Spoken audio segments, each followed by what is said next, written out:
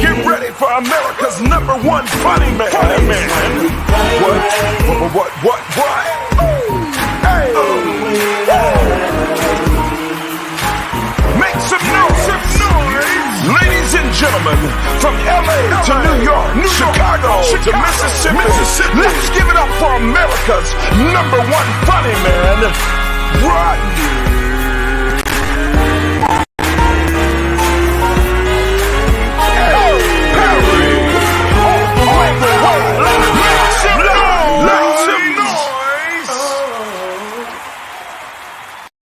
What's up, party people? It's your boy Rodney Perry. You are tuned in to Rodney Perry Live. We are here in full effect. It's a Tuesday. Let me tell you something. You got to stay ready so you don't have to get ready. As you build the show, things happen. You got to be ready to go. But how about this? Sometimes your ass ain't ready. You just ain't ready. Everybody spout out all these cliches. I know I showed. I'll be glad when I'm ready. You ain't. Your ass wasn't ready.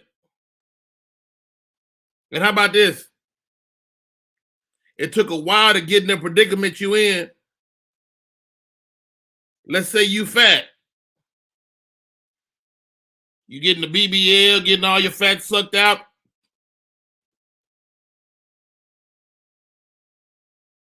Your ass didn't get fat overnight. Took your ass years to get fat. You was fine when you was 18. But maybe not. I see the young comics nowadays, they be fat at 22. I was a specimen at 22. Boy, I was fat. What's up, Latrice Harris? Welcome to the show. I cannot wait to rock with my co-host today. Absolutely two of my favorite humans. Ladies first.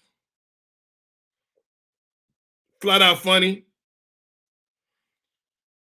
Probably takes the best selfies of all time. Nikki is in the building. Welcome to the show, Miss Onika McLean. Woo! What's up, Rodney? Hi, guys. What's up, Miss O? How y'all doing? How you doing? You shining today, ain't you? Yes, I got my you got a new boyfriend or something. I broke up with one. Is that what it is? I'm dating me now. You know, like, I'm gonna just date me. I'm boring, but whatever. You boring? And my thing is small. I'm looking for somebody. That's why I said call Onika. She never let you down. My next co-host today, he's got a special about to hit the streets. I've had the luxury to preview it. Do yourself a favor and see it. My man, Mr. Hank Dennis. What's up, HD? Woo, what's going on, man? Yeah. Hey. Thanks for the enthusiasm. There it is. Yeah. How y'all doing this morning? Wonderful. All is well, man. What time are we on? Are we on East Coast time? We are on East Coast time. Where are you? East Coast, down the street from you. Is that right? Okay. I like that little door with the lights on it. That's dope as hell. You know, we doing something over here, RP. You know, hey. And, them dancers be keeping it fly. Hey, we got to do something over here. Hey, we ain't going to come half-ass. That's what we ain't going to do. That's what you're not going to do. Diane is in the building. Triana is in the building. Oh, people got up early. Right. My partner in crime, Shiny Scott on air. Good morning. How are you? How are you, Shani? I'm good. You look like rested. I'm learning. We learning each other. Me and Shani working together almost 4 weeks now. Rodney Perry Live, Media Room 360. I'm starting to tell when Shani is ready to do it. Cause you had them glasses on, you be like, Then we had some health issues. So if you put them glasses on, you ain't feeling it today. You're like, you know what, Rodney Perry, you sure? Let's do this shit tomorrow. I want to apologize to a friend of mine. He called me to be in his film, and I had every intention to do it. But it required me to put my show on the back burner for like 5 days. Mm-hmm. Couldn't do it. Just starting the show. Told him, first of all, he had a 5:30 call time. I was like, I ain't gonna make that. Ooh. Cause I know about movies. People hire you somewhere where they don't really need you till 9. Mm-hmm. Mm-hmm. Mm-hmm. I'm like, dude, I can't make it. TJ Slow Your Rollers in the building, Candace, Kenise George. So I told him, he said, man, I wish you would have told me about the show. I'm like, you gotta know about me, you know. But I had to flake on him. But in my defense, they wasn't paying but like $100 a day. Oh, man, that was a good decision. Which is no excuse. You give your word, and your word is bond. But I didn't say I wouldn't do it. I just can't do it at that time. Mm-hmm. Nice cut. That ain't no cut. That's just my hair growing back from being bald headed. His hairline. Hey, while you playing though, I got a strong hairline. My hairline is strong. It's just platinum. My wife said, "It's platinum." okay. Platinum. That's a good word. She's speaking life into you, Rodney. That's what she's doing. You know what? She don't give a damn. She is, because she can say you got gray hair. She Don't give a damn. That's a lie. You can tell she care. She care, Rodney. You can tell you cared for. You can tell you cared for. What that mean? Cared for? What that mean? You can tell you cared for. You look like you cared for. You have nice hats. You able to be in your basement in the middle of the morning and do what you love. You are cared for. Trust me. Am I cared for? You are cared for. Mm-hmm. You know what? Hank Disney, are you cared for? No. My family, they don't know where I'm at. They don't care where I'm at. I did all this myself. This is me just keeping myself cared for. You took the stuff off the Christmas tree. You was like, y'all using these lights? They don't care. Let me tell you something. These people walk around here just taking. That's all they do is take. Mm-mm. But what we the same? What we the same people, Hank? Like I look at myself, I look at my children, and I'm like, I get it. I really do. I didn't want to wash no damn dishes. That's why I still like. I'm a believer that if you're a grown up and you paying the bills, that the people, the children, should do something in your house. Fact. What was your chores as a kid? Who? Let's Shiny Scott on there. Well, I had to keep my room clean, my bathroom. I had to clean the kitchen. I had to keep the living room clean. I had to vacuum the house, sweep the stairs because we had a 2-story. And that was pretty much it. You were Cinderella around this motherfucker. I had to, that's what I had to do. Well, I was the only child too. So. Oh yeah. So you like me? I was the oldest, so I was the only child for a period of time, and so me and my mom was like friends. You're like, you gonna get the dishes? I'm like, yeah, I guess I will. Probably should. Onika, What's up? What was your chores you used to do?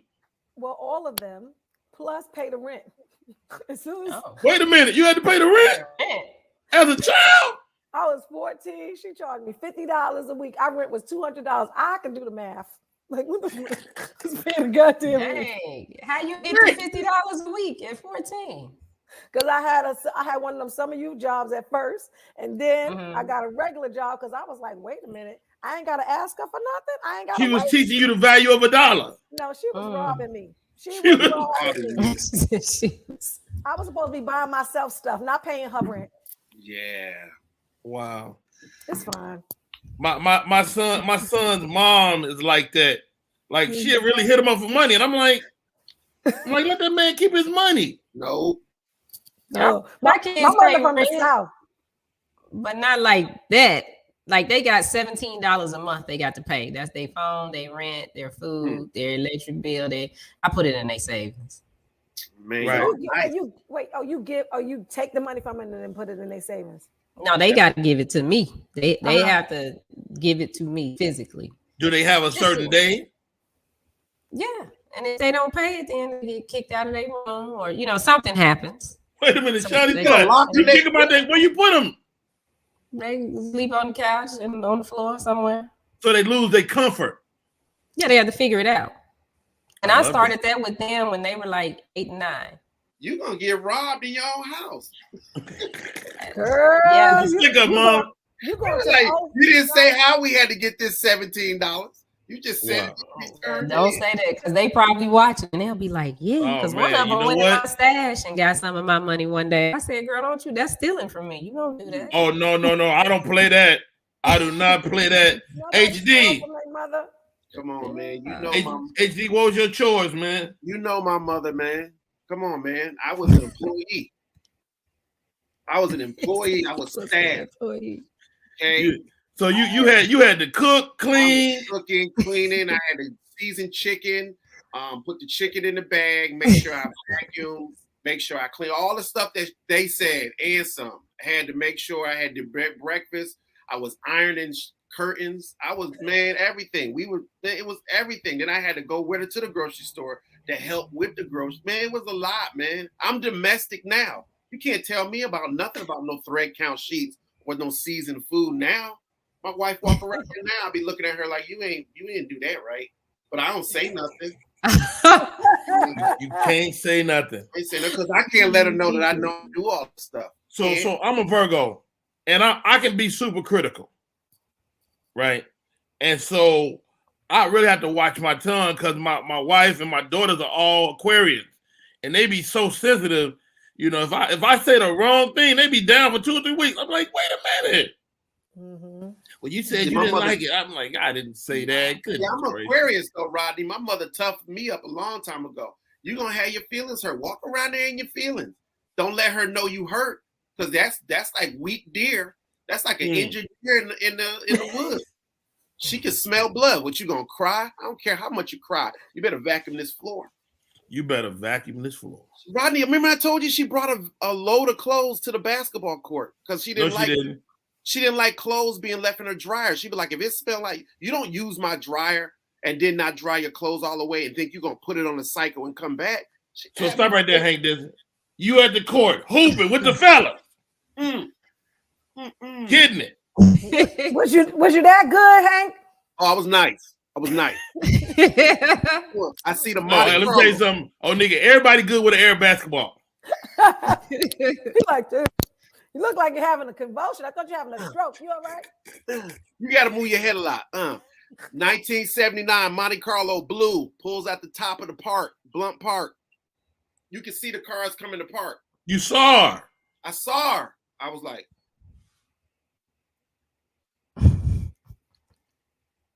I gotta go, y'all. I gotta go. You didn't let her get close? No, leave, because if she get out of the car, it's embarrassing. Leave my ball. Hey, bring my ball to the house. Hold on, I don't know what that is. Some you was watching this morning. They said leave ball. Yeah, I'm just glad it wasn't.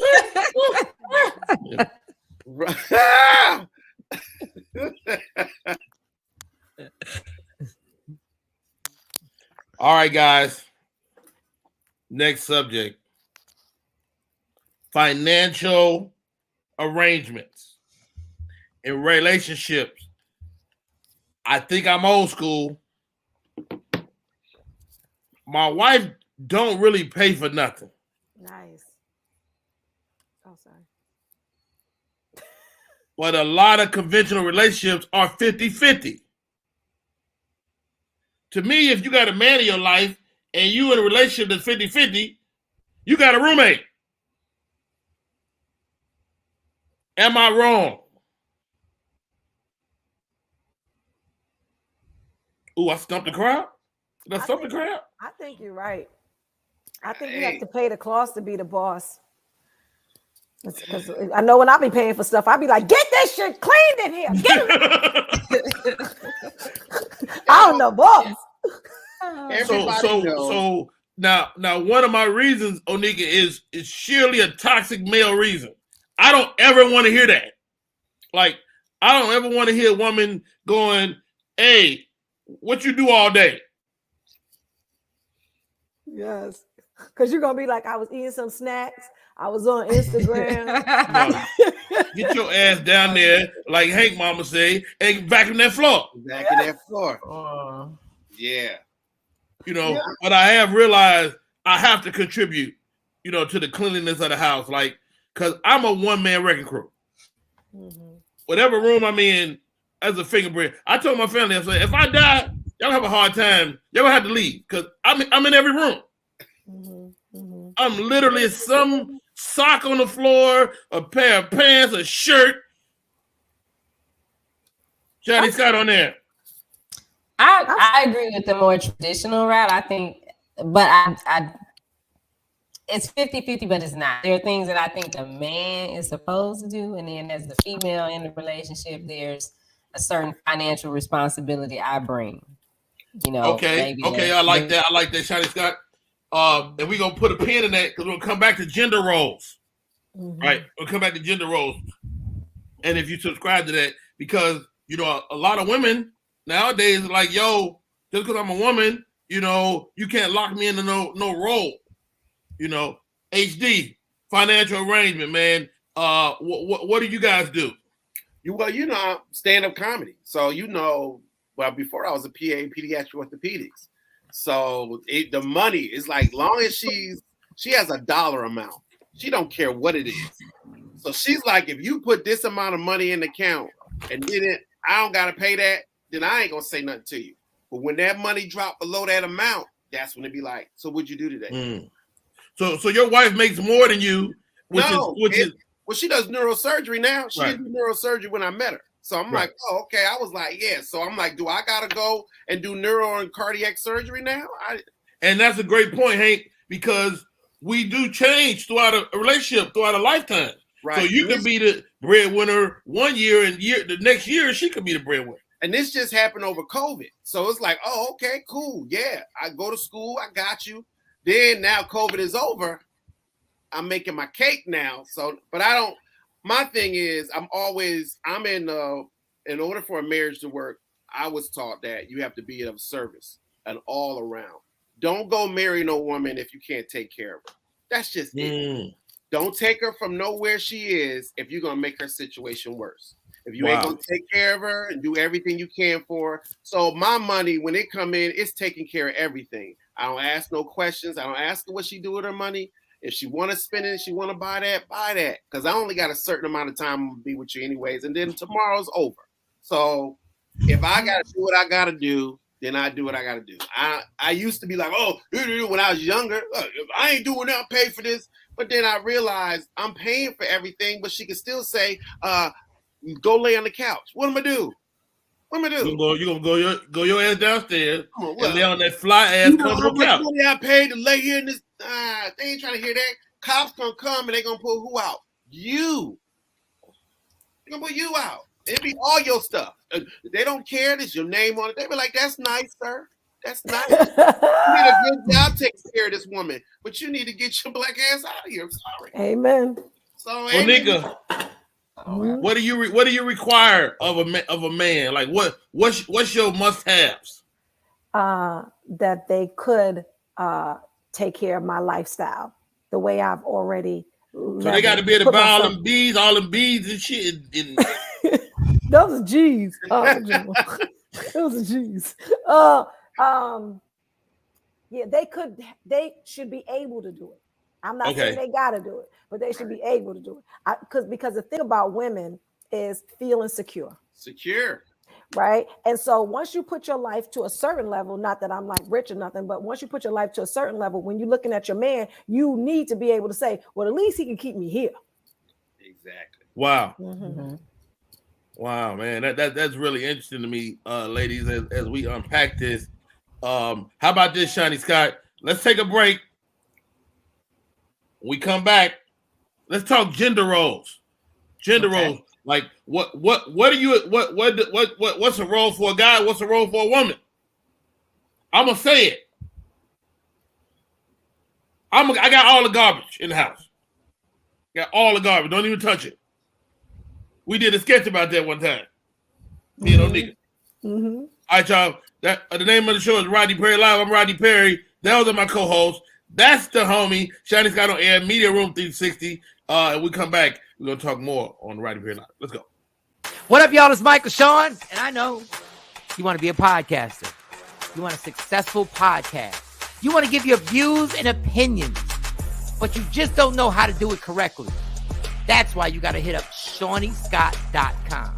You want to be on radio, and you want to know how to build your radio career. ShawneeScott.com. She's done all of this. I've worked alongside her for years, and I will tell you the information that she can give you is on a value level that I can't even put a price on it. All you have to do is go to ShawneeScott.com. Your future, right now. That's it. Michael Sean. Yeah.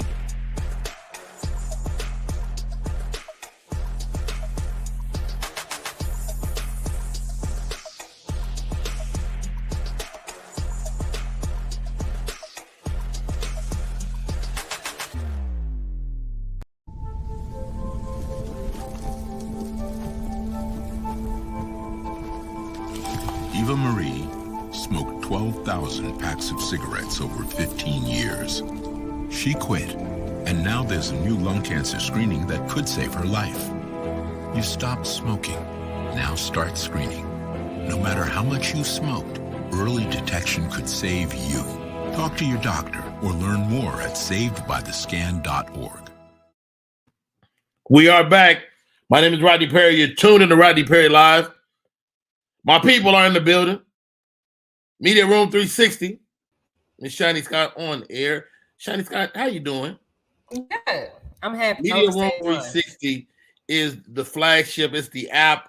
It's the engine that powers this show. Talk to me about it real quick. Media Room 360 is a streaming platform that goes into over 40 million homes daily. We do run live shows, and we have 24/7 broadcasting. We also stream to the more popular platforms like YouTube, Twitch, LinkedIn, Twitter, and you can also catch us on Roku, Amazon Fire, and Apple TV. So right now, people can see us on all those platforms. All of them right now. Get out of here. And they should subscribe to the app. Is there a charge for it? The app is absolutely free. Free 99. Free 99. You can't beat that price. Free 99. Join us today, my co-host, Hank Denson, Onika McLean. Put them back where they was. I like her over there. Can I do that? Mm-hmm. Yeah. Oh, shoot. It's got to be producing this mug. Before we left, we talked about gender roles. Do you subscribe? We all grown, so I'm assuming we probably gonna have the same answer, but I don't know. Do you subscribe to gender roles? Are there certain things you expect of a man and certain things you expect of a woman as we move into this new age where a lot of stuff is blended together or not or going all together? Onika, what's your thought? I do believe in gender roles. I'm a woman of a certain age, and I just always believe What that mean? I hate that damn phrase. Okay, so remember, no, certain I'm old. I don't look it, but I'm old, right? So that's dumb.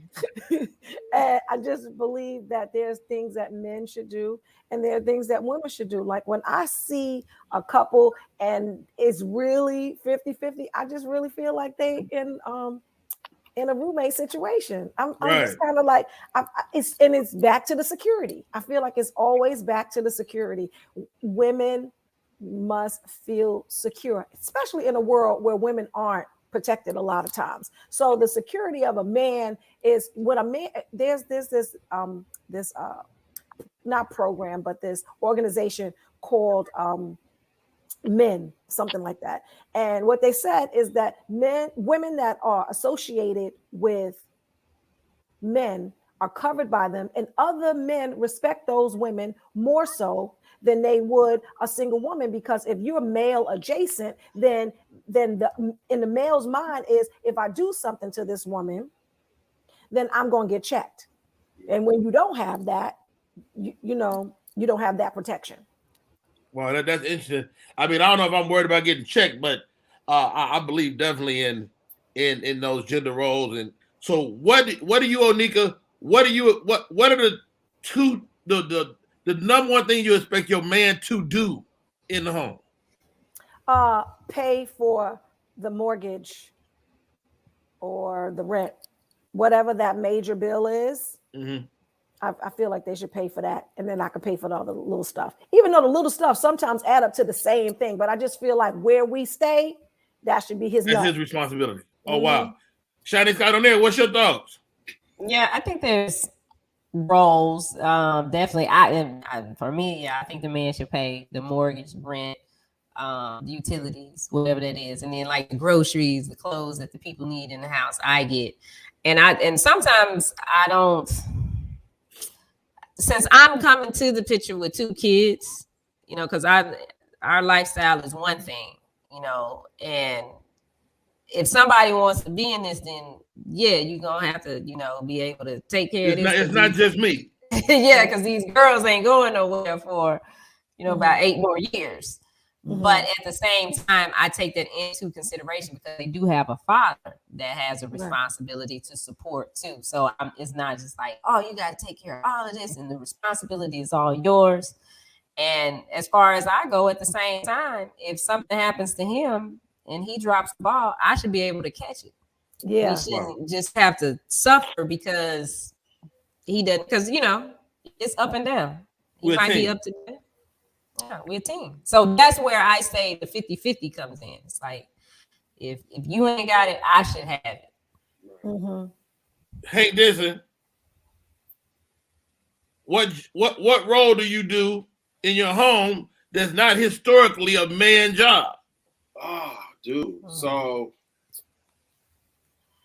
I cook. I do a lot. I clean. But my time, I got my time back. This is what my wife is working to do. A lot of people don't know that your time, when you're in the entertainment business, I know how to make my money in a small amount of time, so I'm around. Mm-hmm. So my oldest daughter is not my biological child. So I was like, when I came into her life, she was 3. So, and her father wasn't involved with her at all. So I automatically jumped into covering everything. I was just family, like, yeah, because you see, I don't know what it was, because most dudes like, I ain't messing with no woman with children, but I saw that every little hole that they would feel secure because she was a little girl and her mother. So for me, I was like, if I'm going to step in, they got to feel secure on everything that's going on around me. And I changed their life. I feel like I changed their life because they were scared to do things because there was no man involved. So as soon as I came in, I'm like, we could do these things. We can go on these trips. We can do this stuff. She can play a sport. I'll pick her up. Like I was messing up braids and taking her to daycare and doing all this other stuff because that's what my mother taught me. You know how to do hair?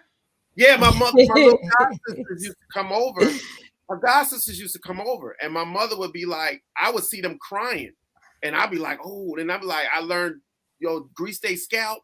Then I would tell her, I'd be like, my mother gonna do y'all hair. Y'all gotta go to church. And my cousins would come over because they lived in the hood, head matted. I'd be like, you shampoo your hair tonight. And they'd be like, why? I said, because my mother coming here, she was an usher. She was the president of the usher. She in a hurry. She in a hurry Sunday morning. She was gonna snatch your hair in place early in the morning. And them kids, they was tender-headed. So I would be like, yo, here's the shampoos and conditioner. And my cousin would be like, yeah. I said, yeah. Because it's going to be ugly for you in the morning, but she going to make grits and she going to make shrimp and grits and pancakes and stuff. And if you in there crying, you ain't going to get no food. That's how I was. So I was always trying to look out because I was and I'm like, you should have used the conditioner. That was just stuff I knew. So I would say that any tools that I have, because everybody's like, oh, men don't do this. But bruh, you know how I am, Rodney, about medical stuff. If I see something in you that you need that I know or I can help you with, masculine, feminine, I gotta help you. So if I know how to go in and baste the damn chicken, if I know how to go in and pick the sheet or whatever, and they're like, oh man, dude, you gotta help out. Don't stand back like I don't do that. That ain't what men do. That ain't what men do. Men do what they have to do. Wow. Yeah, you gotta do what you gotta do. That's dope as hell, Hank, man. You know, when I'm thinking of gender roles, I'm thinking like I think women should wash the dishes, although I do help. I think men should take the trash. My stepdad always mopped the floor. Like it was that was a man job. He was like, everybody move out the way, I got this. But I mopped the floor last night because I paid for the floors. And I'm not gonna have them hardwood floors because nobody don't want to take the time and do it right. Them floors cost too much money. So I'm like, yo, I got him. What you doing? I'm mopping the floor. She's like, oh, okay, move. I don't know about y'all. My kids are out of school. They up all walking these floors all hours of the night, 2, 3 in the morning, eating. Is your kitchen ever closed? Oh, Shiny Scott, is your kitchen closed? When they not here, like now they gone to their brother's house. So yes, it's closed. But when they're here, and I try to say the kitchen is closed. Now 2, 3 o'clock, 4 o'clock in the morning, I hear them. I'm like, who is that going to the kitchen? It's me. I just wanted some water. No, go back to bed. Go back to your room. You can't have no water. Miss Onika. Your kids grown now, but when they was little, was your kitchen ever closed? No. Because we were running a lot. Like I was a single mom, so I was like going to school and work, and we were always running. So it was just a chaos all the time. It still ain't closed. They do what they want to do. They do what the hell they want to do. There don't be nothing in there now because they grown. They're like, where's your food? I don't need no food. I can Uber Eats. Uber Eats. HD, I know you'll close your kitchen. Kitchen closed. You hear me? Kitchen closed. See, my son's AAU basketball, and he's 15. So he eat, but then he eats like it's like never stop. And then, but the thing is, he shit every 3 hours. So I'm like, you need to hold some of them nutrients in your body. Yeah. You ain't even too much. Yeah, he don't got, and then he in shape. He ain't got he got muscles. And I'm like, dude, this body food's supposed to sit for at least 6 hours. You mad at his metabolism? It irritates me because I feel bad because I know he probably hungry, but I be like, either you toilet paper or food. We gotta balance. You make a decision. We gotta balance this out. Hank is killing the show today. What up, party people? My name is Rodney Perry. You're tuned in to Rodney Perry Live. My co-host today, comedian Hank Denson. When we come back, we're gonna do the entertainment report, and we're gonna talk about Hank Denson comedy special coming up at the top of the next hour. I'm excited about this show today. Onika McClain is in the building. Shady Scott on there. Let's take a break. We'll be right back. Want your book or music to be published? Skip the confusion and rejections from others. Let BePublished.org publish and promote your work for less. BePublished.org handles it all, from cover design to worldwide distribution, with high quality and fast turnaround. You even keep rights and royalties. Everything was perfect. You made my dream come true. My book and CD look so good. Call 972-880-8316 now. BePublished.org. 972-880-8316. Type 2 diabetes can have a big impact on your life, but how can it be prevented? Well, the first step is knowing if you have prediabetes, a serious medical condition that puts you at high risk for type 2 diabetes. 1 in 3 American adults has prediabetes, but more than 80% don't know they have it. The good news is, prediabetes can be reversed, and for many people, healthy changes in their daily routine can make a big difference. Take the 1-minute risk test today at doihaveprediabetes.org. Do I have pre-diabetes? Shit, I don't know. Let me check. Hey, it's your boy Rodney Perry. You're tuned in to Rodney Perry Live. Media Room 360. The woman, the legend, Shiny Scott on air. It is time for the entertainment report. Let's rock. Ooh, listen. I was up last night or this morning. Okay. Like, 2 or 3 o'clock in the morning. I think that's me, Onika. Yeah, we tried to me. double dip. We tried to double dip. Yeah, It didn't work. Okay, no. We on IG too. But so this whole thing with Pastor John Gray. So John Gray is in the news. I saw that again. Come on, John Gray. He's in the news again because he cheated, but he really didn't cheat. Really wasn't cheating. So what happened this time is John got involved with this masseuse online. They only had phone conversations. They've never met each other in person. They've never hooked up. They've never physically had contact with each other. However, the lady that is the masseuse ended up calling Tasha K and telling her about the conversations that they had. She shared some of the text messages and the video. A video came into play, and she shared that with Tasha K. So Tasha K and this guy, Larry Reed, you know, the gospel Wendy Williams that tell all the business about the people in the church. So the two of them got together, had a conversation, and decided to confront. First they talked to Aventure. And I hope I'm saying her name right. Aventure wanted the video. Tasha agreed to send her the video and agreed not to release the because they, sat there, watched this video that the masseuse sent to Tasha K with her and John Gray. Wow. Crushed Aventure. Do we have that? Tell me we got that. We don't have it. Nobody has released it. They keeping it under wraps, but they got John Gray on the phone, had a conversation with him. And Tasha K kind of felt like he was being a little cocky, which made her hold on, Shannon Scott on there. Hold on, Shannon Scott on there. But we do have the video. Pastor John Gray and the masseuse are here today.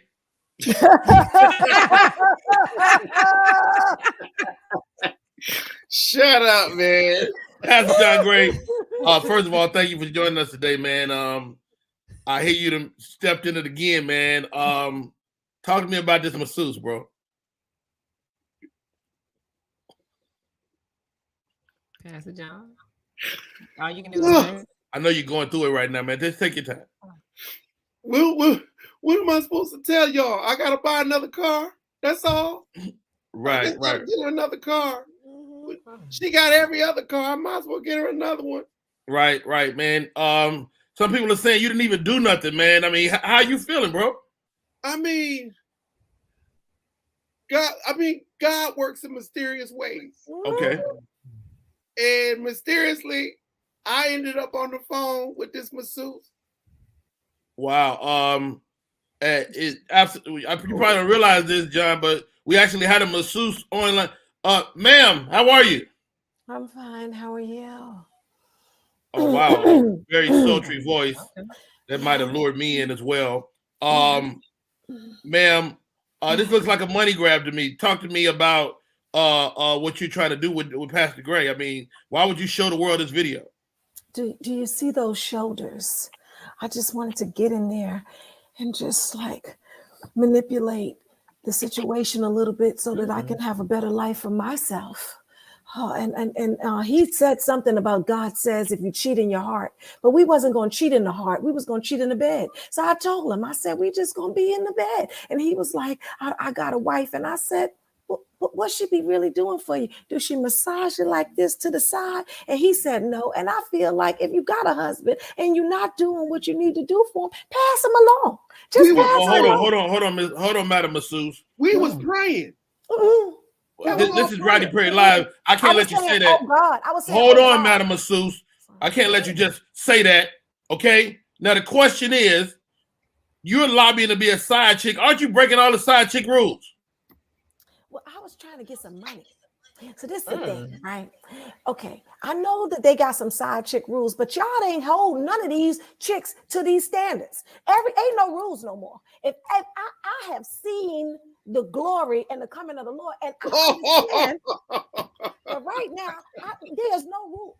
There is no rules. So if he called me and we're talking on the phone, that means he's interested.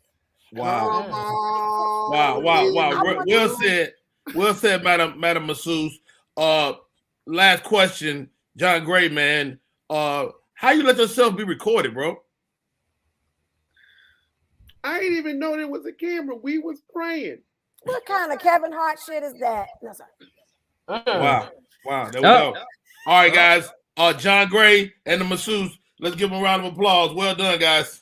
Well You're done. wrong for this, Rodney Perry. You're wrong for this. But John Gray, you had the camera because what John was looking for from the masseuse was a happy ending. That's what they were going to meet for him to give her to give him a happy ending. So at the end of the call, he took the phone and showed her where he needed the happy ending. No, it says Ephesians 1st chapter. John, that ain't what it was? That's not what it was. Corinthians 3:5 say you're not supposed to jerk no. Never mind. They about to bring you a car. They bringing everybody. It said you're not supposed to spill no seed. Yo, hey, how about this, guys? Before we move on from this, I mean, is this going to do irreparable damage to their relationship? I mean, they've been battling infidelity and a couple other things throughout their relationship. Is it just another thing that they can get through? I think so because what Aventure has expressed is that he hasn't been physical with anyone. She found out that he hadn't actually slept with anyone. But you cheat in your heart. It says in the Bible you cheat in your heart. Times. So.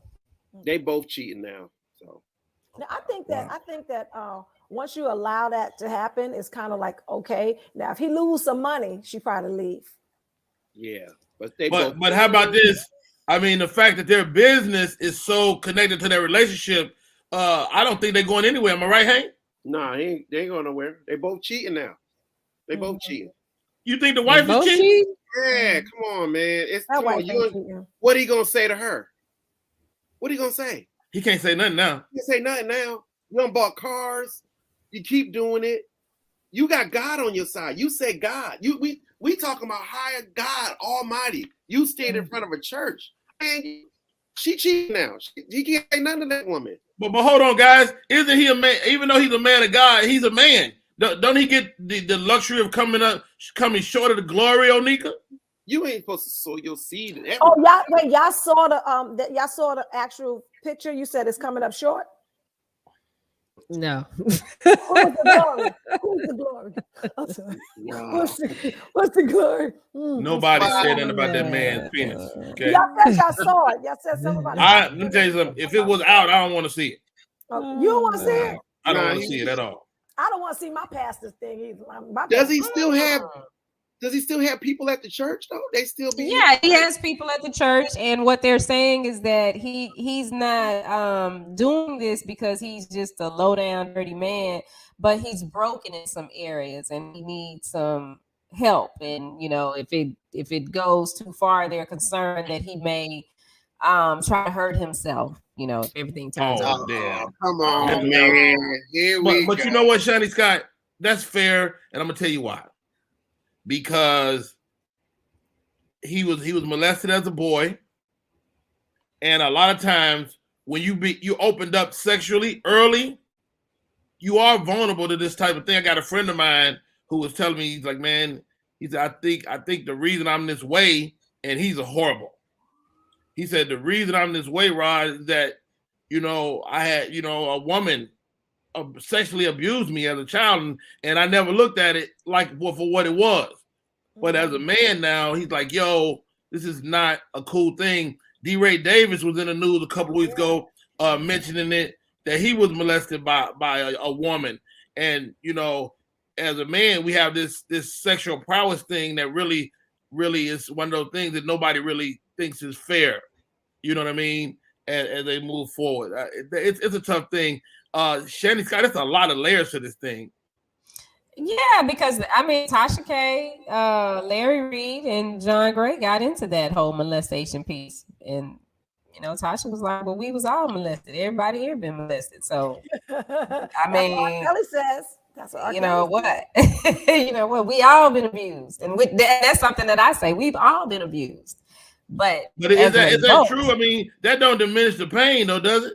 It doesn't diminish the pain, but once you're an adult and you can identify, okay, this is why I do this. If you can identify it, then you can do something about it. Right. And you keep putting yourself in that position. Like if you know you're weakly Like, you know how I love cake. I don't bring cake in the house. Right. Well, first of all, John Gray didn't bring the lady to the house. The massage. You get what I'm saying, though? Cake? It's like you keep going where they make cake. You keep Right. like, why are you doing that? Like, if you know you're weak to that, that's the last. And he got people. You got to have people around you. Let me push back on that, HD, because you make a great point. And I haven't said this out loud to but a handful of people, but I'm a gambler. Mm-hmm. And at my best, I stay away. Right. But if I go for whatever reason, I'm subject to fall down the rabbit hole of gambling. Mm-hmm. You know, I'm subject to spend thousands of dollars. Oh, nice. Come with you. Win them back. You know, hey, Shiny Scott, I wish I could. When you do Vegas, take me with you. You don't want to see this insanity. And so I know what the insanity is of an addiction. And so a guy like John Gray, very public figure, that doesn't diminish the addiction. Right. I don't know, not making excuses. What else we got, Shady Scott? Wait, I ain't even talking. Y'all ain't asked me. I'm sorry. Go ahead, Onika. I'm sorry, sweetie. Okay, I think that if you are in a situation where you were molested, you need psychiatric help. You need therapy. It is your duty. And this is the thing. He's a pastor. You know that you have to go get some doggone help when you are the shepherd of people. It's different when people are following you, right? It's totally different when people are following you. So he has a duty to his congregation, his wife, and himself to go get help. So just to be able to say, well, I got a problem. And then the church say, well, he got a problem. They're just making excuses. And that ain't right. That ain't right. You got to go get help, And he's not just hurting himself, he's hurting people. People, because they following him. People who follow him and trust in his word are watching him that need help. And if they seeing that he's weak, then that's not nothing to fall on. You don't have that fiber, that rock to fall on, to support you. You go to the church for support. Mm-hmm. But if you go to your church and they party and they popping it like it's loose, that ain't where I need to be. Like it's loose. I think it's tight. But wait, but hold on, guys. You guys making some great points. But hold on. Like, does the fact that he went through this situation or other situations diminish the word? The word is the word. Word is the word. The word is but the word is the word. But at the end of the day, he has an obligation to that doggone church. Him. Mm-hmm. So many people don't even read the Bible. They just go listen to what the pastor say. Period. Right. Full stop. End of story. The kids are watching. That's the other piece that we don't really think about. Like as adults, we never think about the kids that's watching, right? Yes. That are lost, that are, dejected and all these, and were molested. And so now what we telling them, you just blame it. You can just blame it on the rain. Don't blame it on the rain. There's a time in your life as an adult. I've been through mad childhood trauma. My mother was pregnant with me at 15. So that was some bullshit.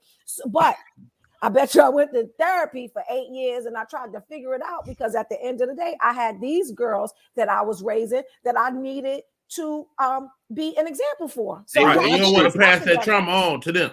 Watching. I did anyway, though. But you know what I'm saying? I tried. I wasn't in no chat room with no doggone masseuse. I tried. And I ain't blame nobody.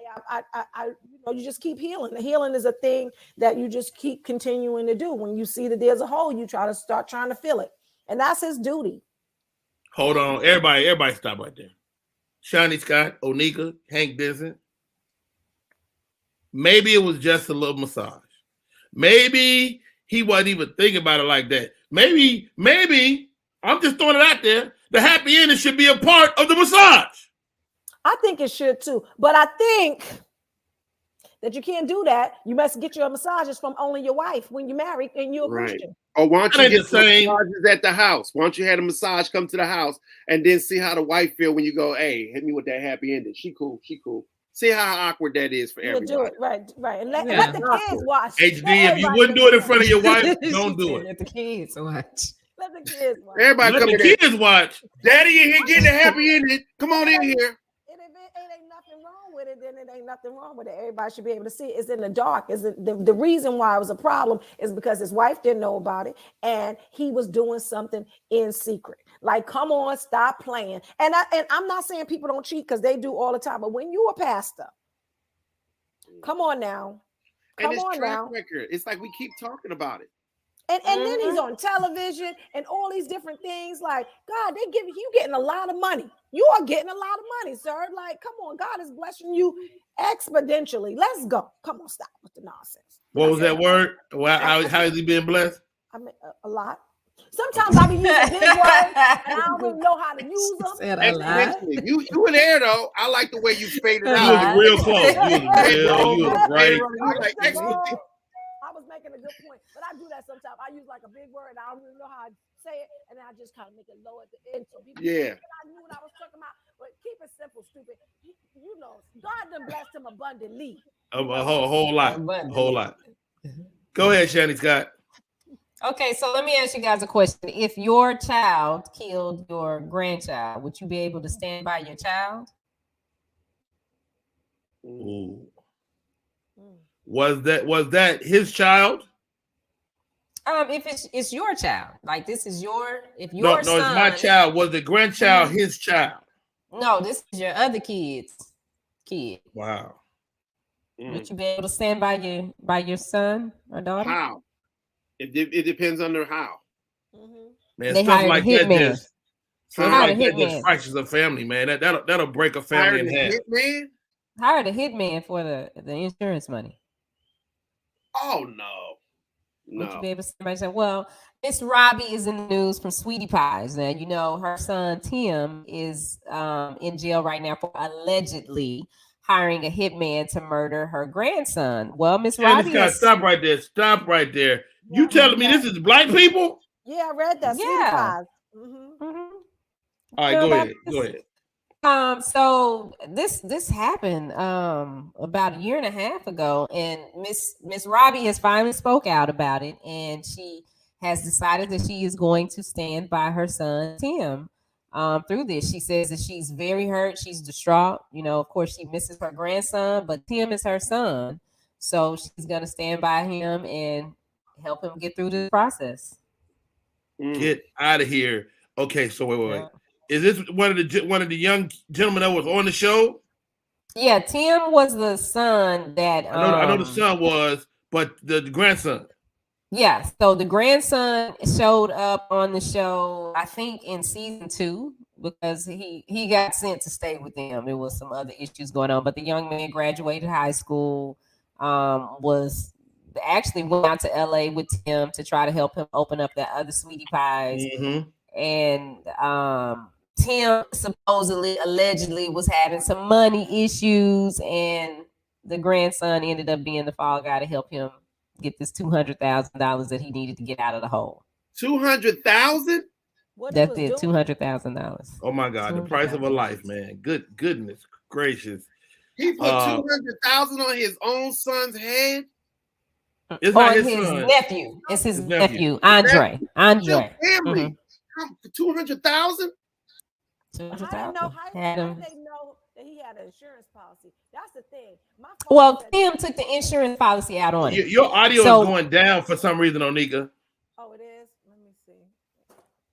Yeah, when Andre came to stay with them, Tim took an insurance policy out on him. So they're alleging that Tim plotted this over some years. Like, it wasn't something that just happened at the, just one day he woke up and said, I'm going to do this. They're alleging that Tim actually planned it out, and that's why he got the insurance policy on. Wow, that is absolutely insane, guys. Wow. Yeah. Yeah. No, I don't know. Man, that again, that'll cripple a family. But this fame is intoxicating. And when you face the idea of losing the money, having been a celebrity, it could affect you that way. And how about this? Too many white folks around. Because far as I'm concerned, at least this white folk crime. Yeah. Because it's thought out. Like this is thought out. Somebody told him. Somebody was like, "Yeah, this is what you can do." That's somebody got to put that idea in your head and make you feel like. I don't know. I don't know what's wrong, Onika, but we cannot hear you at all.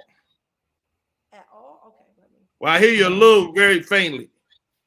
Okay, let me try to put That made my stomach hurt. Where you get that? Ooh. What, that story? Yeah. Is it fine now? You're getting there. It's better, but. Oh Lord.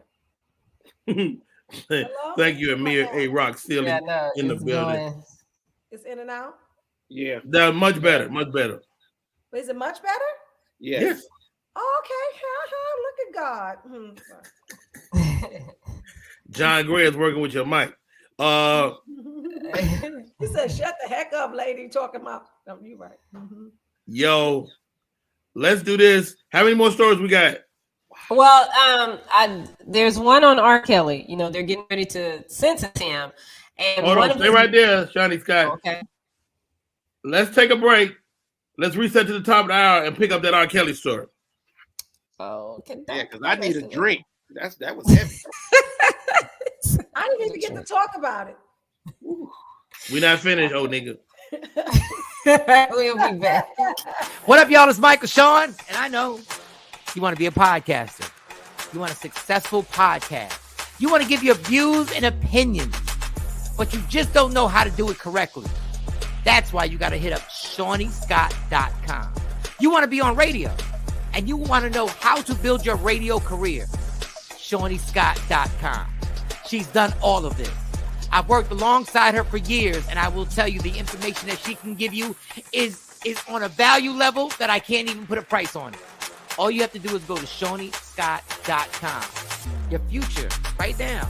That's it. Michael Sean. Yeah.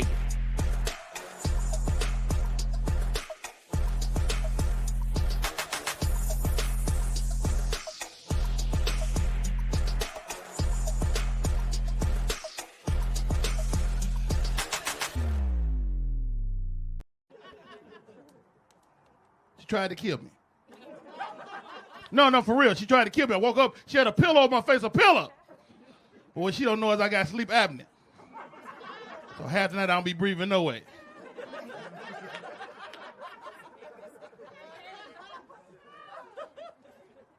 Found out stuff about my wife over these 200, 300 days. I found out my wife is passive aggressive. That means when something wrong, she won't tell you something wrong. You just got to figure it out. Okay, not only is she passive aggressive, she's also lactose intolerant. So she get mad, she won't tell me, she go downstairs and drink a half a gallon of milk. Now I gotta sleep through Beirut. Pew, pew.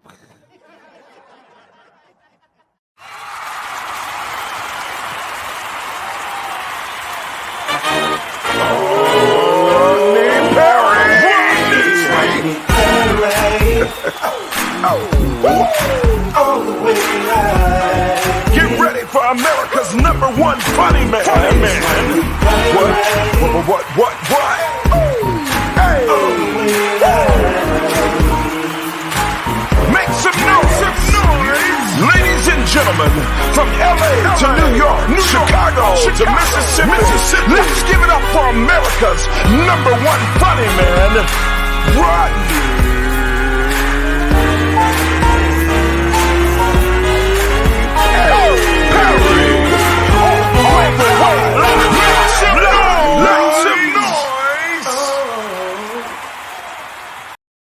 We are back in full effect. My name is Rodney Perry. You're tuned in to Rodney Perry Live. It is going down the way that it always does.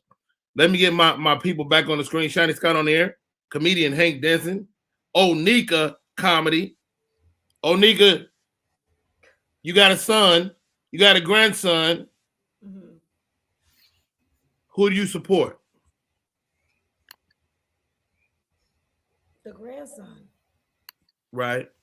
Like, it just doesn't make sense. Like, and it's true. You get that money and then it's so addictive. And then to be taken away, you trying to scramble for it because you get all this highlight and you get all this fame and fortune and attention, and then you want to keep it. But nah, we Black. Y'all know better than that. We do the old fashioned way. Somebody die naturally, then we fight over the money. Like, I don't know. Old fashioned way. Yeah, you don't kill somebody. You do it the way like Raising in the Sun. You get mad, you get the little inheritance, and then everybody got their plan for the money that they ain't work for. If you're not making $158,000, what is that? Okay, I'm not making $158,000. But all I'm saying is, right? I don't understand that. But what I was saying is, the TikTok tell you all these things about insurances and how you can do this and you can do that, and you laying there just scrolling, listening to these people saying stuff. And if you ain't got a pot to piss in the window to throw it out, you may be looking at your nephew like he ain't really doing nothing with his life. Like, it's not like nobody really gonna miss him. He just sitting up there trying to pop fake bottles and stuff. I get it why you would really want to take a couple of these kids out, but don't do it. Don't do it. Don't do it. Yo, you gotta wait. What he should have did was just put the insurance on the oldest member of the family. See, he was doing it the cheap way, because if you insure a kid, it's cheaper. The premiums are cheaper. So if you get to an old person, just get some old aunt, make them sign the paper, and then so he should have got the mama. Yeah, but Sweetie Pie not that old yet. You got to get her mama. Where's Miss Mabel? Like, you got to get Miss Mabel on her way out. You ain't gonna get no $200,000 from Miss Mabel. I mean, he could have got term insurance and just took the money out on his life insurance that he put on the kid. I mean, he wouldn't pay no taxes on it. He wouldn't be going to jail. I don't know. But he didn't have no money for that. Wow, this is a crazy story. Shiny Scott. Yeah.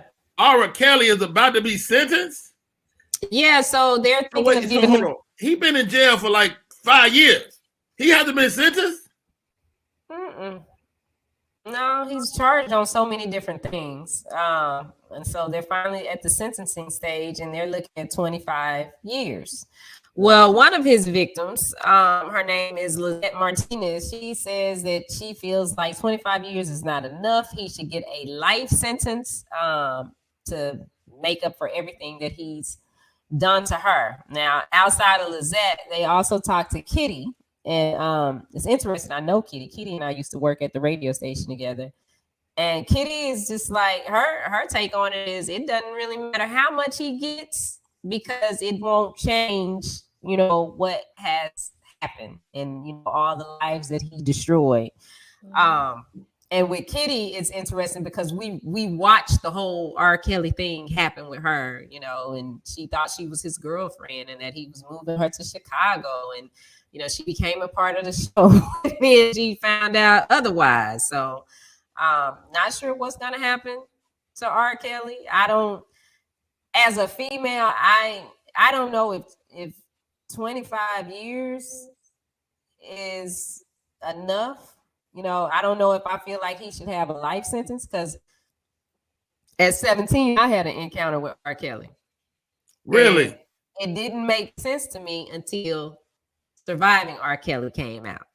So at 7, I was in college when I was 17. Can you share, Shani Scott? Yeah. So R. Kelly was coming to town and we wanted to go to the concert. We're in college. We college girls. We're freshmen. We went. I ain't look nothing like this. I had my hair in a ponytail. We had some. You look like a little girl. T-shirts. Yeah, we look like little girls. We didn't know nothing about dressing up. I'm the mouthpiece in the group. I'm the one that I do all the talking. So we get there and we go backstage. We go to the back where the buses and everything are, and I'm talking. I'm like, well, we want to see R. Kelly and we don't have tickets, but you should let us in because we're hardworking college students. So they let us in. And I'm feeling like, oh, I'm the bomb.com. I got us up in here. They take us to the tour bus. We don't get to see the show, but we go to the tour bus. We stand outside the tour bus.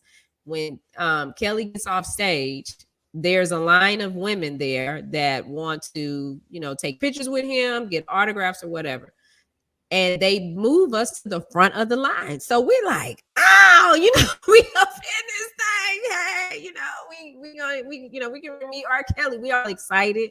Wow. And he comes out and we he signs our little autographs. That's all we had. We had little pens and pieces of paper.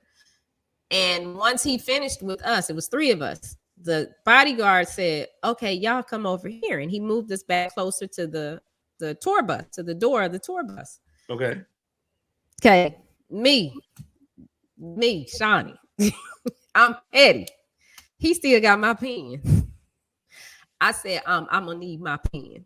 I need my pen back. They should have their own pen to get autographs. And he didn't respond. And the security guard was just like, "Okay, just chill. It's okay." And I was like, "No, I'm gonna need my pen. I'm a college student. I need my pen. He should have a pen. He's a millionaire, So now I'm, here." And he looked at me over his shades and he threw the pen at me. And I picked it up and I said, "Thank you." And the security guard looked at us. He said, "Okay, ladies, we're gonna walk y'all out now." And we left. But we were happy because we got the autograph. When I see Surviving R. Kelly, then I'm like, oh, it wasn't that I had a mouthpiece. I was 17. And if I didn't have such a big mouth, I would have been on that bus and ain't no telling where I would have ended up. So I can't say how I really, because thinking about it like that, it's like, dang, he really would have took advantage of us. And we thinking that we meeting our favorite singer. Mm-hmm. Right, but okay. I don't want to say nothing that's gonna get me damn canceled. You're not gonna get canceled.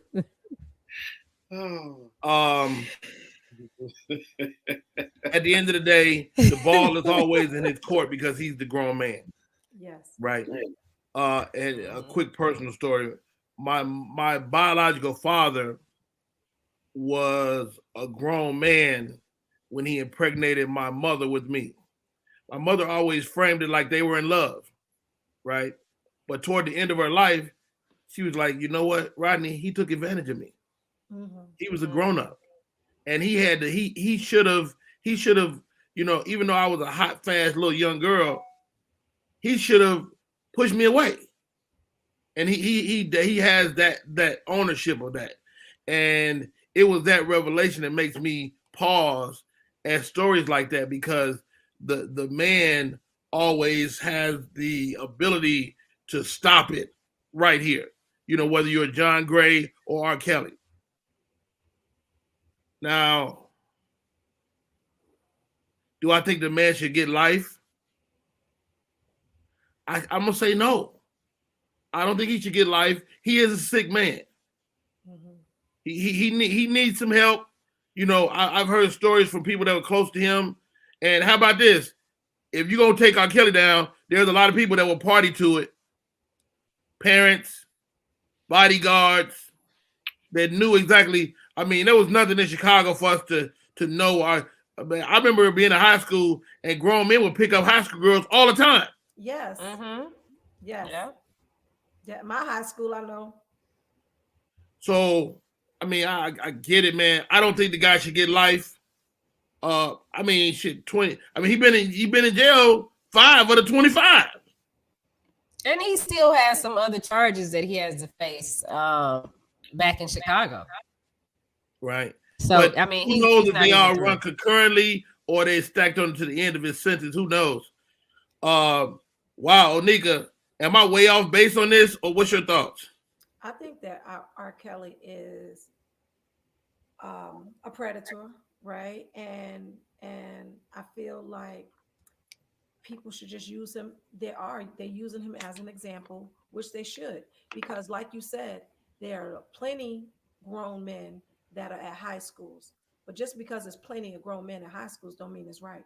And often what happens, like, a lot of young girls have the same story. They was dating this older man and he was buying them all these things. And then what happens is now sex is just a currency exchange.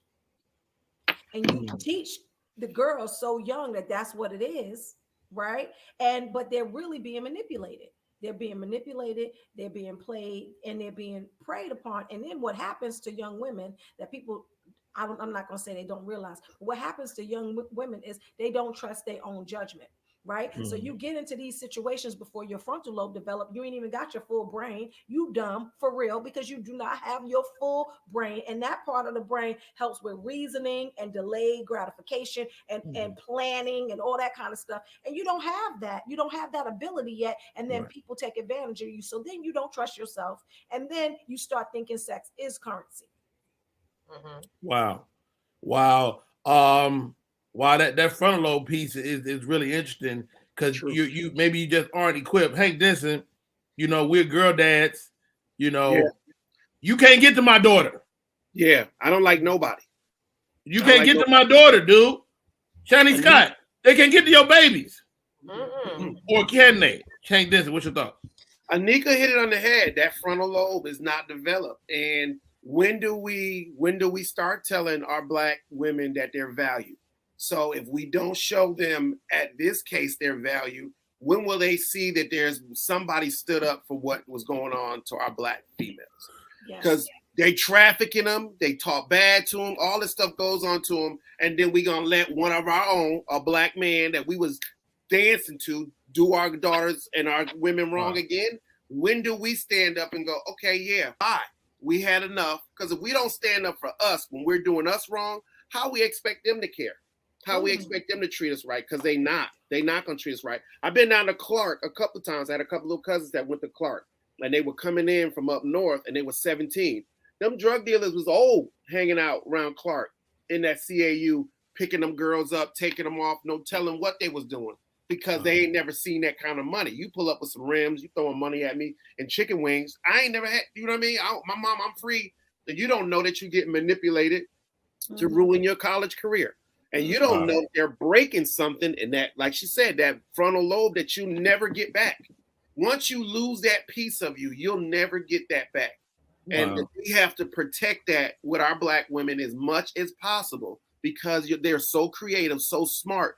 They switch out, and sex is the currency instead of them being they're not in their brain and what they can do to this world being the currency. Man, y'all smart, man. Shani Scott, what we got? Is that it? Well, Dame Dash, Jay-Z are back in the news over that. Remember, at one point they wanted to turn Reasonable Doubt into a NFT. An NFT. So they have come to an agreement, and it can be done. Okay. So because Jay-Z wasn't trying to do business with him, right? Back. Jay-Z wasn't trying to do business with Dame.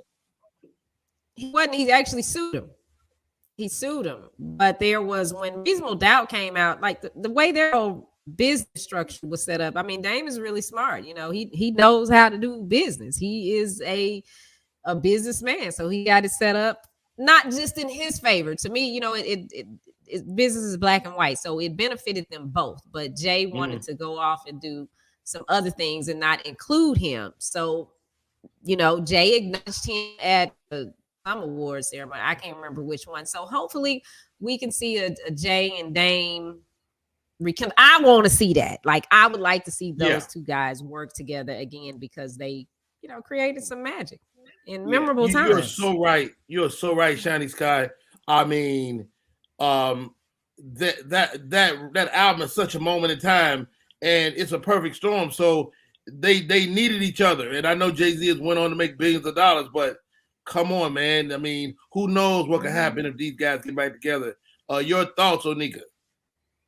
I think that would be awesome if they got back together, but I just feel like they're very, very different men at this point. I don't think that it's gonna work. I think that the NFT will be fine, but them having future collaborations, Jay-Z still ain't talking to Kanye. Jay-Z Betty. Jay-Z said, I got my money. Never talking to Kanye. And the Right. reason why him and Dame kind of broke up is because they were supposed to dismantle Rockefeller. And then they dismantled Rockefeller, and then Jay-Z took the name and did it again. So he did some misdealings with him. And when you're that close, sometimes it's really hard to come back together. Wow. Jay-Z is a shrewd dude, Hank Denson. I mean, we friends, we doing business. How do you keep your feelings from getting in it? You can't, man. Like, you got to think about it. This even ties to some R. Kelly stuff because remember he did that tour. Jay-Z was telling him that R. Kelly and all, and they did that tour together. And Damon Dash was like, nah, this dude is dirty, man. But he wanted to be out and get that money. So sometimes on your way up, you get blinded by the money when your boy that helped you was telling you that you're making those wrong steps. So that's why Damon Dash is locking up a lot of stuff that he don't want to let him to do, because he's like, you're not going to walk over me when I tried to help you. Now you want to drag me. So now you want to drag me because you got this money, but now I know this business. So you ain't going to just walk over me. And then Jay-Z's in a spot now where he water, you know what I mean? He move like water now, so he think he can do it. But like Shawnee said, business is business. So he just lock it in. I just know they never be the same, because I remember in a couple of interviews that was rocky because of the whole R. Kelly thing. And he was like, yo, you doing a tour with this dude? Don't do a tour with this. He doing this to these girls. And what he was doing to Aaliyah and all that. He's like, yo, you dirty for that because you see it. And if you seeing it, and I know you as my brother, you ain't the same dude I do business with. Wow. Yeah. What's your thoughts, Shani? Yeah, I remember that when Jay went on the Best of Both Worlds tour with him. Eventually, he did come out and say that, he saw some things that were unacceptable that he didn't agree with, and he felt a certain type of way about this deal with R. Kelly, which I've heard other people say that about R. Kelly. They had a fight or something like that, because I know in the middle, I remember I was at the concert and they R. Kelly wouldn't come out because Tata was supposed to try to have stabbed him or something, which is Jay-Z's man, and R. Kelly refused to come out. But Usher was in the audience, Mary J. Blige was in the audience, a bunch of people was in the audience to see the Best of Both Worlds tour, and I was there, and they just got on stage. So Usher performed, Mary performed, and the people that were in the audience performed with Jay-Z because R. Kelly refused. Wow. Yeah, that was a dope show because I loved those buses came out on the stage, like you sitting there watching, and then all of a sudden two tour buses just bust out on the stage. So we got it before it got to y'all and all that drama happened.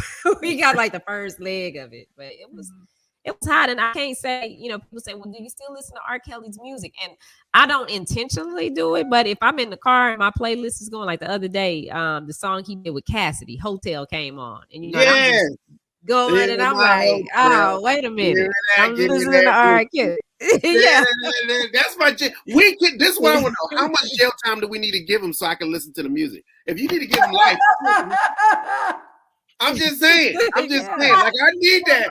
If I could, they can he doing live so we can listen to the music now. What up, wow.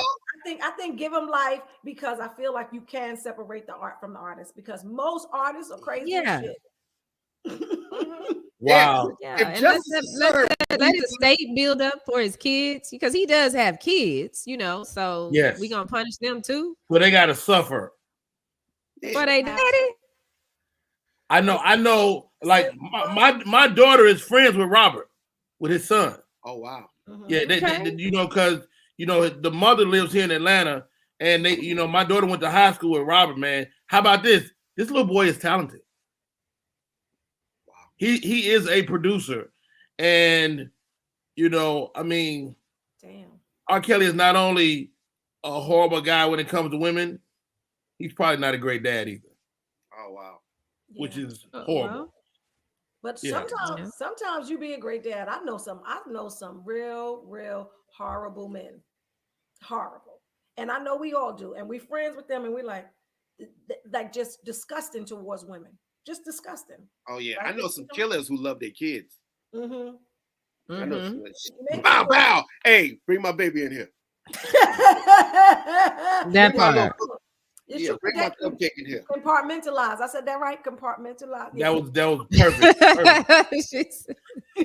Yo, the name of the show is Rodney Perry Live. I am Rodney Perry. That's Shiny Scott on air. HD is in the building. Onika McClain is in the building. Let's take a break. When we come back,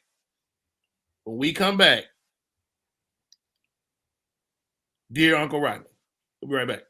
Great having you. Incredible women. I wish they had those kind of cool careers for women when we were growing up. So in this flashback, we're all the same age? Yeah. What does everyone want to be when they grow up? If I say 2 jobs, do I get extra credit? No. I want to make immersive video games. I want to revolutionize 3D printing. I want to analyze data from the cloud. I want to be a meteor. You mean meteorologist? No. That's great, Al. Follow your dreams. For the record, I was a baby in the 70s. Want your book or music to be published? Skip the confusion and rejections from others. Let BePublished.org publish and promote your work for less. BePublished.org handles it all, from cover design to worldwide distribution, with high quality and fast turnaround. You even keep rights and royalties. Everything was perfect. You made my dream come true. My book and CD look so good. Call 972-880-8316 now. BePublished.org. 972-880-8316. What up, party people? It's your boy Rodney Perry. You're tuning in to Rodney Perry Live. We're supposed to have Bob Sumner on the show today. Bob says he's not feeling well. He's under the weather. I say he flaked. Okay. You see him, but that's okay. You see him on another show? No, I do not. You be watching people Instagram stories. Let me see if you really sick, because I don't. Oh, wow. You know what? I flaked yesterday on this dude's movie, so it's karma. Oh, it's all karma. Let's get the show underway. Let's keep it cracking. You guys are doing a fabulous job. First of all, thank you, both of y'all. Shiny Scott, it's time for Ask Uncle Rodney. Okay. So here we go. Dear Uncle Rodney, I really like this one game that you play, the one-up game that you play on the show, but I have a real life one-up situation on my hands. I'm the only Black female executive at my firm, and being at the top of my game is a must. I don't talk about my personal life and what I've acquired at work unless asked. There's one particular coworker, Marcus, who thinks we're in competition. I get a 12-inch lace front. He gets a 16-inch HD lace front. I get a new pair of red bottoms. He gets 3 pairs. I got a new Louis Vuitton briefcase. He bought a Birkin bag. It's never ending. Hell, I brought a sexy chocolate man to the company Christmas party, and he brought some green-eyed, curly-haired man from the Bahamas. Do I just ignore Marcus or go buy a jet and fly my ass away from him? All right, guys. The one-up in real life. HD. Have you ever had somebody try to one-up you?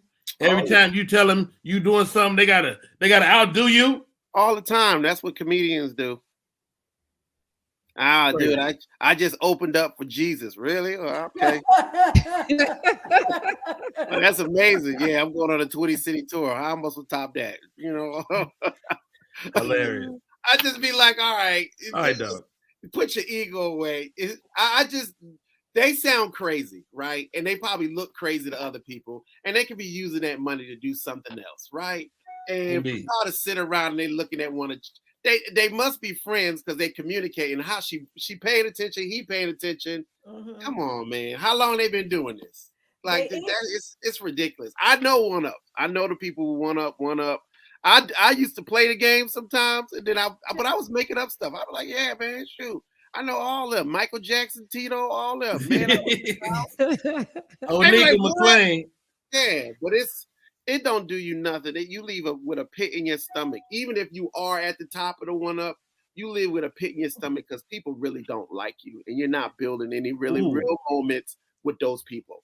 If you're gonna build a real moment with somebody, don't make it a competition. Wow, Onika. Yeah. You got stuff going on. You happen to mention it to your friend. Should you have just shut the hell up? People can't one up you if you don't tell them what you got going on. Yeah, but they in a frenemy. They not even friends. Cause friends are happy for one another, right? So what they doing to one another is they both doing that to each other. She's just as guilty as he is because you can't have a competition with somebody if you refuse to play.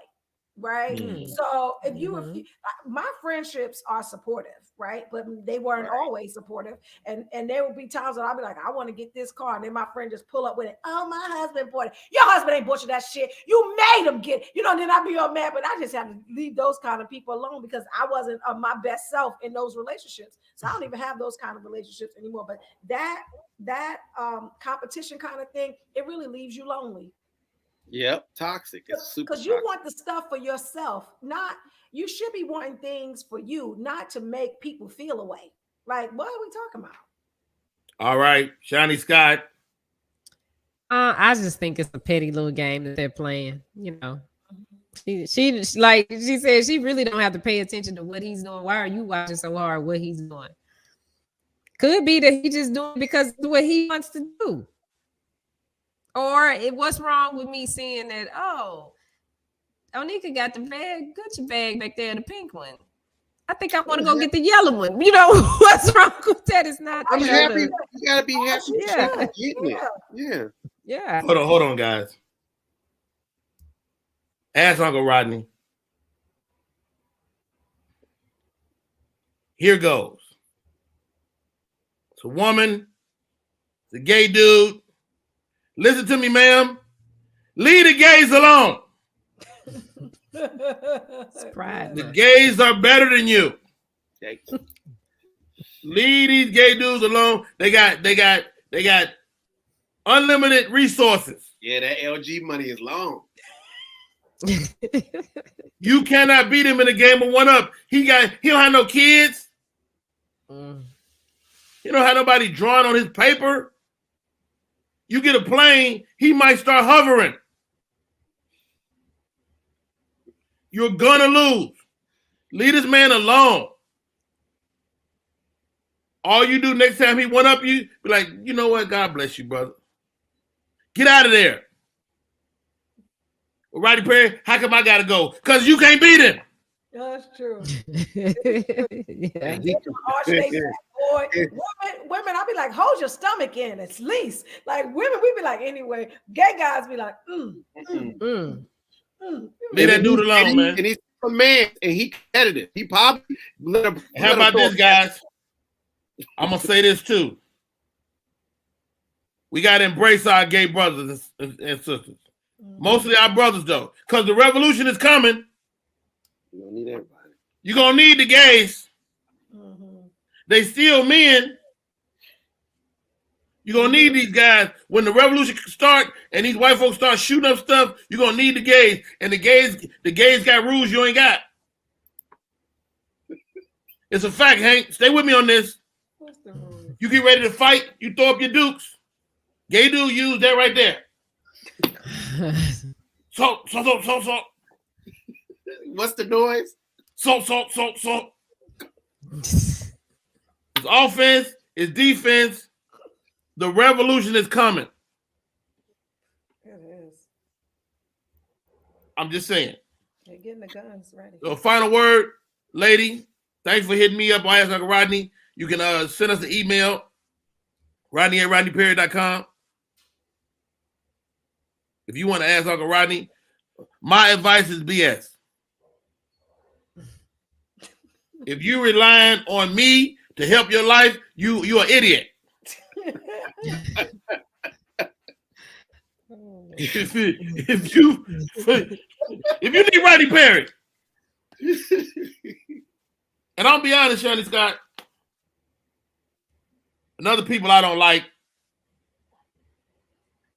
people that do couples therapy, but they've been married less than 10 years. You can't tell me nothing unless you got 20 plus.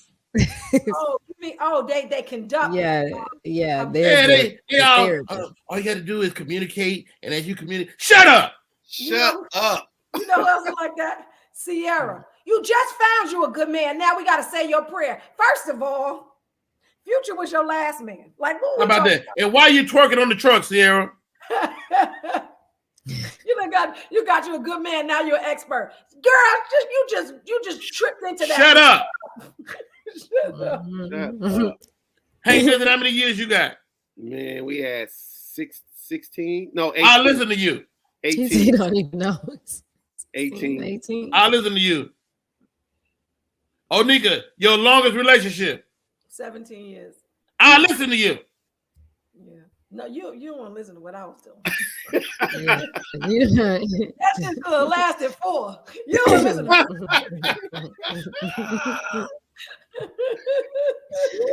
I was thinking about this. We're all got girls. My daughter is in love with a new dude. Oh Lord. Okay. Right. So I just found out the other day the dude has a child. Oh man.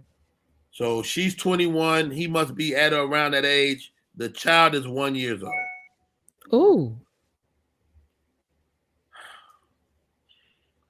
I had a child when I met my wife. Matter of fact, I had 2. He forgot about one. Okay. Shani Scott. All right. As your daughters mature, join the dating world. Oh Lord. Is that something you would caution them against?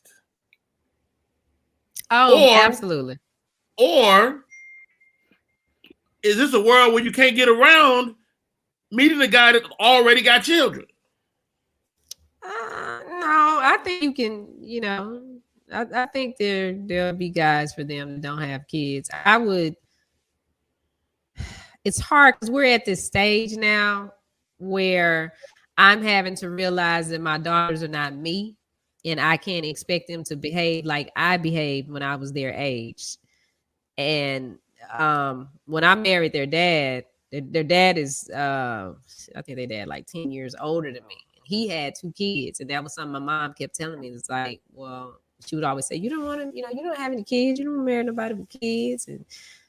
And I love my stepsons, love nothing against them. But if I could go back and do it again, I think I would have rather, had it where I was with somebody that didn't have kids, because I was so young, at the time. Why so? Shani, was he just not attentive, or he had other responsibilities? Doesn't that prove the type of guy he is, that he's taking care of his child? No. See, that's the thing, because I took care of the kids. Wow. It wasn't like that. So and it's like I say, this is just my experience. Not saying that this happens with everybody, but I would say a man can find a woman. A man that has kids can always find a woman that'll come in and do everything 100%. As a single mom, I'm not gonna find a man that's gonna come in and be like, okay, I got this, I got that, on a consistent basis and do it every day. But men can always find women that'll come in and say, okay, I'm mom. That's not to say that, I haven't, had a man that wasn't helpful and brought structure and whatnot to the house to help me, understand some things better about being a mom and a parent. But I don't think my experience has been, I haven't gotten that same level of support. And with the boys, with my ex-husband's sons, it was me that would be like, well, why you ain't got kids this weekend? You need to pick the boys. The boys need to come down here so their mom can have a break.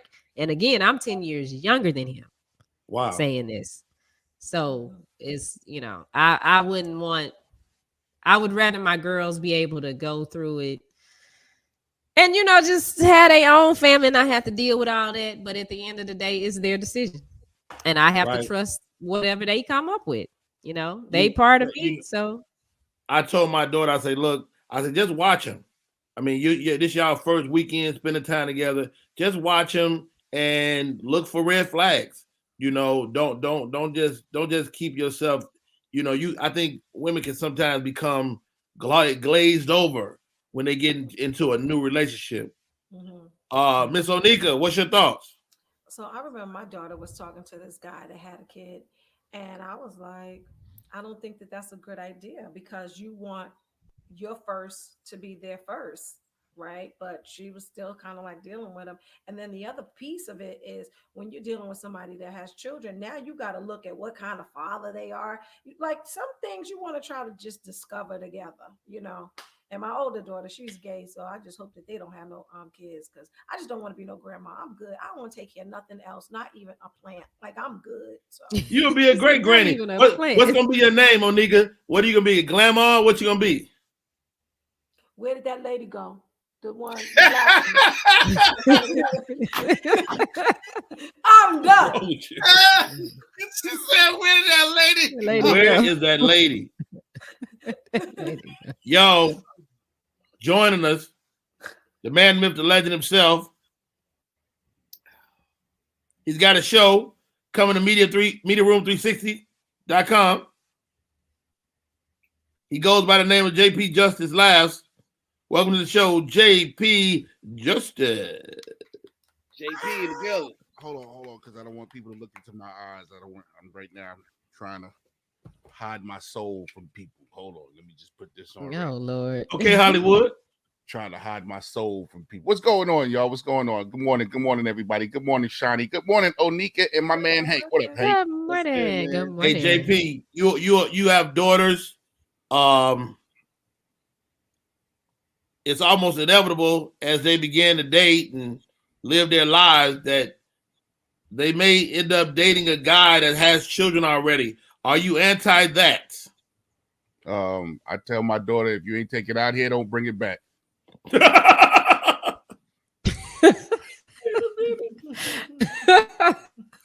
can't bring no kids back? Nah. You know, there's nothing really much you can say. I will give the baby the side eye. Like, don't get it twisted. I will be giving this baby at Thanksgiving. He was like, I was cranberry sauce. And that's gonna be like this. Hey, my kid. What's wrong? We just gave him cranberry sauce. You want more cranberry sauce? Yeah, that's a greedy ass kid. It's a greedy ass kid. Who's mama? Why mama ain't giving no cranberry sauce? But no, I don't really mind. Like, after a while, you relinquish what it is you expect from them, and just hope that they make the best decisions. Right. Wow. Well said, man. And this is coming from a guy whose daughter constantly wants to tell me about. You have to talk to us. Give us. You just have to express and let us know. And then she put cat litter down the toilet, the tub. She was and so I'm like, did I really have to talk to you about that? Is that something that we had to talk about? You know what I'm saying? So, yo, my man. You know one thing. HD in the place to be. You know one thing I will say, Rodney. Go ahead. Let me ask Hank and you, Rodney, as men, how we carry ourselves as men, having daughters. Did it change you? Did it like for me, I have 4 daughters. I've been used to dealing with life as this guy that I've been, that now having these daughters, and even as they get older, I think it's even getting worse as they get older. Like they want to stop and fill me with the emotion. But I've never dealt with emotion before. Like I don't deal in emotion. That's not how. They're right there, JP. Hold that thought. HD, you're a girl dad too. Are you worried about her coming home with a boy with children? Well, you know, Jordan is bisexual, so she's not coming home with no dude. Oh, so we all got one of those. I was. Is that easier for you? No, it's not easier because she's still my baby girl, and no matter what, it was weird how I learned how to get the verbiage to talk to her. My barber is a lesbian, and she's been cutting my hair for 15 years. Right. And there's questions that I would ask her that I have to strictly to ask my daughter, because I wasn't sure on what to say because I'm, like I said, we going in the door like, you ain't doing this. And, you know, this is a lifestyle that I grew up Pentecostal. father, you know. So my parent, everything in the Bible. Ain't no gays in your world. Right. Yeah. So I can't dump that on her. I can't. And I mean, I was as a little girl, be like, I used to try to make her wear little blue and this and little pink, and she'd be like, nah, give me the jersey. And I'll be like, okay. Did she date yes. boys? And then it was, so I was, you know, and she's a real tall, beautiful, pretty girl. Yeah. So dude's attention doesn't stop coming. So I'm still in a restaurant with her now. Like, what's this nigga looking at? What is he? Right. I'm like, she got twists. The dude is still. She was like, you know, Daddy, they still be on me. They I'm don't like, care. okay. So Wow. but in anybody, these kids are gonna do what they want to do. Your job is to educate them. People keep them off the pole, the pipe, and educate them. And that's all you can do after that, man. Because they're gonna do what they want to do. The more you say something, the more they're gonna do that. Come on They now. will do the opposite. They will definitely do the opposite. JP asked a great question. As a father, are you a better man because you have daughters? I know I am. I didn't say better. I'm asking a different question. You said more emotional. Yeah, because I'm dealing in emotions that I've never dealt with, bro. I don't know if that's better because I find myself. You're absolutely better because you're in touch with your emotions. Bro, I never dealt with emotions like this. So for me, I don't. Come on, JP, give me a hug. Come on. Oh, there we go. He would have paused me. He would have paused me 10 years ago. I'm getting ready to pause you in a few minutes. I'm gonna be like this. Yo, what you doing on the air, man? Pause, bro. What's up? Word up, B. No, but I mean, I think, you know, like I will say this. I know my daughters will take care of me at the end of the day.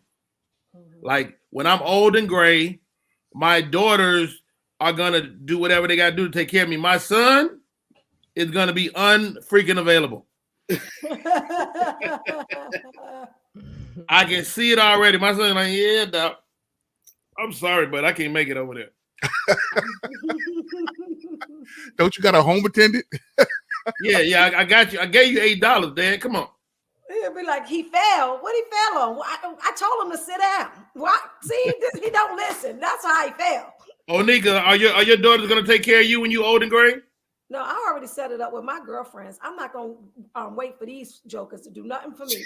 We're gonna live like the Golden Girls. I'm gonna move to Charlotte with my homegirl. We're gonna all pitch our money in together and get us a home attendant that's kind of younger and take care of us. I'm not waiting for my kids to do nothing for me. I can't wait for them to do nothing for me right now. I'll be like, y'all, it's Mother's Day. I know, Mom. Let me tell you what happened. Oh, you gotta tell me what happened on Mother's Day. These niggas is 20. So could you imagine when they 40 and I'm like 80? Hell no. I'm good. Hell no. Hell no. Shiny Scott, I know your baby's got your back when you get old and gray. Well, yeah, I think they'll take care of me. They are of the mindset they really don't want to leave home, and I've always told them they don't have to. They can stay with me as long as they want. But that's just me, you know. But we'll see what happens, because when they get some real boyfriends and husbands, we'll see. Because you don't want all of them living there. That's a lot. You don't. Hey, we're almost coming down the tail end. We're at the last quarter of the show. Thank you, guys. The name of the show is Rodney Perry Live. I am Rodney Perry. Thank you to Shiny Scott on air. She is Media Room 360. You can do everything with this show from the app, or you can go to the Facebook, the LinkedIn, the YouTube, Twitter, doggone Twitch. We got it all. Mm-hmm. Coming aboard next month. Step into the AM. On the 20th. Is this month? Next week? Monday. Next week. Next week. Mm-hmm. Yeah. God, man. It's happening so fast. Listen. All bro. right. Hey, and Shiny, I just got you coming down the stretch of the show. It was in my spam. It was in my spam folder. I was going, is she not going to email me? Then I looked at it. It's already there. Shiny Scott gonna send an email. Best concert you ever attended. Best concert. Think about it. I got mine. You ain't got to tell me. I got mine too. You got yours. HD, you got yours. Shiny Scott, you've been to a bunch of them. Mm-hmm. Let's start with Shiny Scott. Best concert. Best concert ever.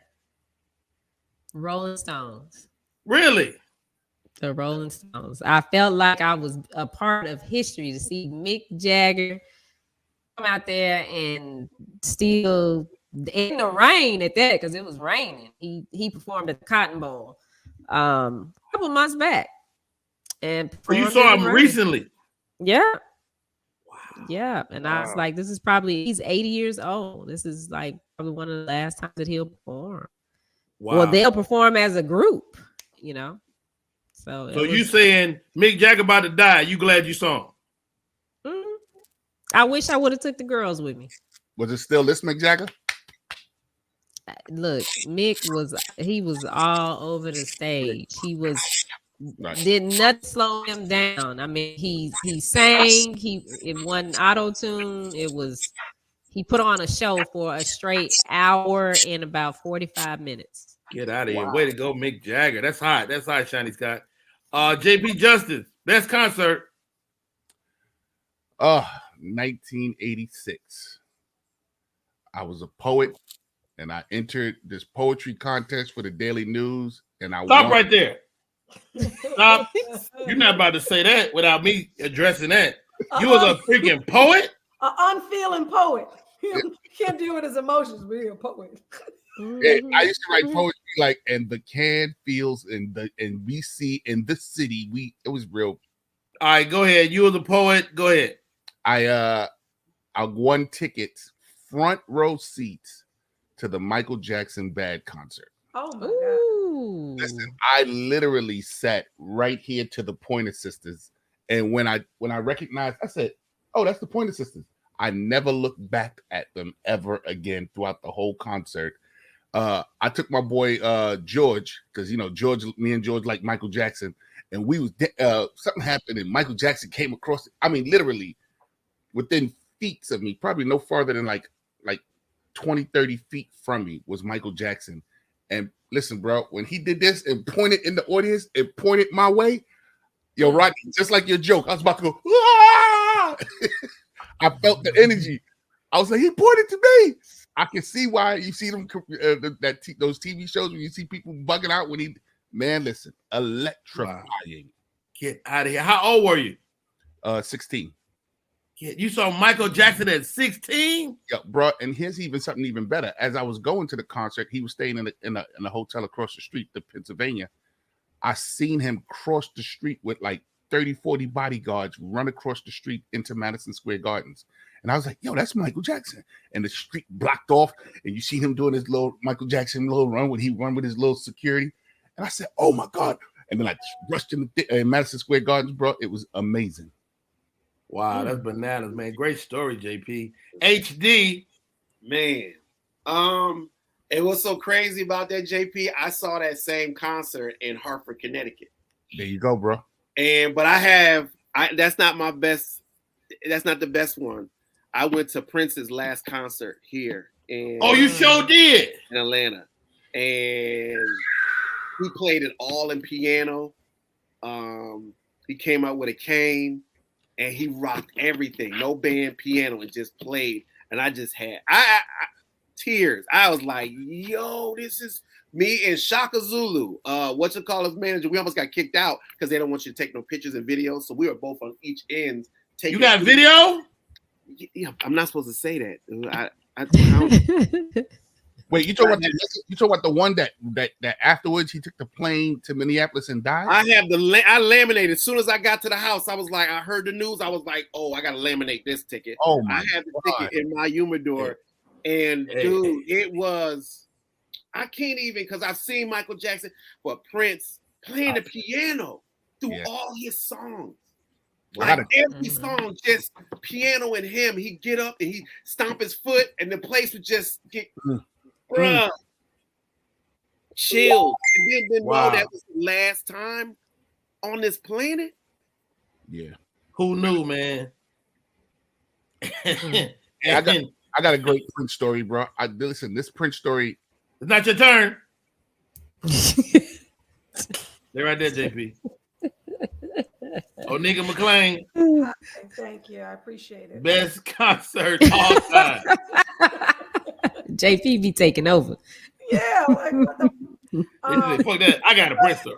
Yeah, so I do have a Prince story. So I did see Prince. It was like a bunch of Hare Krishnas and stuff, but that's not my best. That wasn't my best concert. My best concert, I was probably like 11, and my mother took me and my sister to see Luther Vandross. I know she thought we was her friends, but when I tell you, and it was big. You saw Luther in the round too, huh?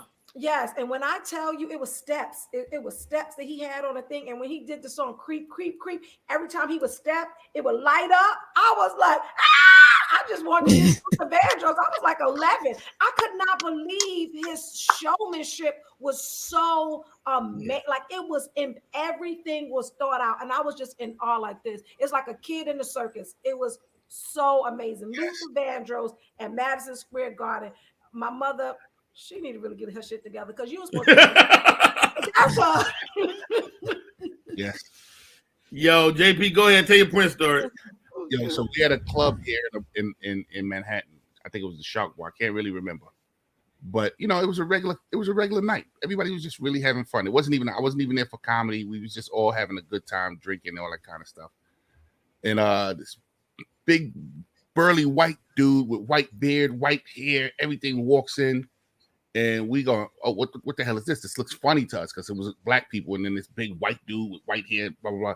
Then this little tiny guy comes in, and he gets to the front where the stage is, and he does, bro, just like in a movie or something like that. He does such things. He did just like this, and he looked around, and the place went ballistic. Wow. Prince walks in. He grabs the microphone. He goes, I got some things on my chest. Do you mind if I play for y'all for a little while? Ain't nobody gonna say no. 2.5 hours later, this man just went in, and then he took his marker and wrote slave on his face. That's when he started wearing the word slave on his face. So so the rumor is that he was in New York to have that meeting with Warner Brothers about his masters, and they told him no. And then he came to this bar where he was at, and when they told him no, and he played, and then he wrote the word slave on his face right there in front of him. Wow, what a great story! Yeah. All right, guys, here goes mine. I probably saw this guy a couple of different times. Shanny Scott, it's a Budweiser Superfest in Dallas, Texas. Yeesh. Okay. All right. Probably 1988, around there, 87, 88. Me and my buddy Alan Fisher. Don't say Houdini. No. The show was packed. It's a Budweiser Superfest. I saw Tevin Campbell, a young Tevin Campbell. Oh, yeah. I saw Babyface. Mm-hmm. And I saw MC Hammer. Oh, I remember this. Let me tell you something. The show was unreal.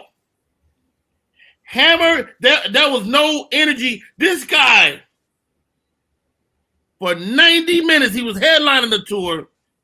He didn't stop moving. This is before he had the big show with 1,000 people on the stage.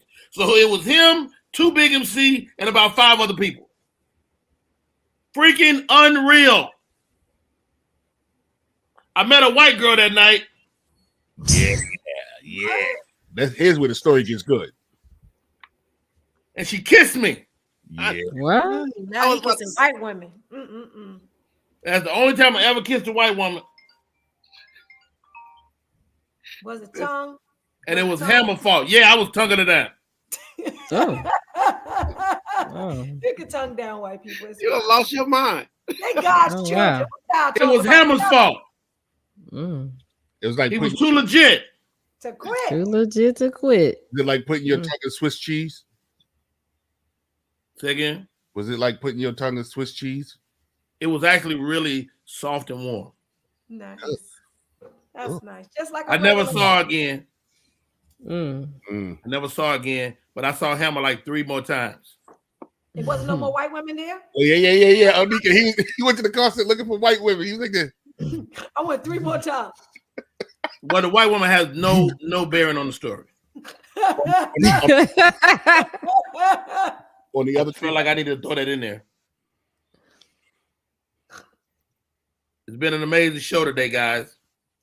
I generally do this show with two special guests at 9:30 and 10:30. But when I saw my friends, Onika, Out of Control McLean, and the homie, HD, JP popped in the last 30 minutes, Shiny Scott on the air, I said, we got this. Mm-hmm. It's an honor and a privilege.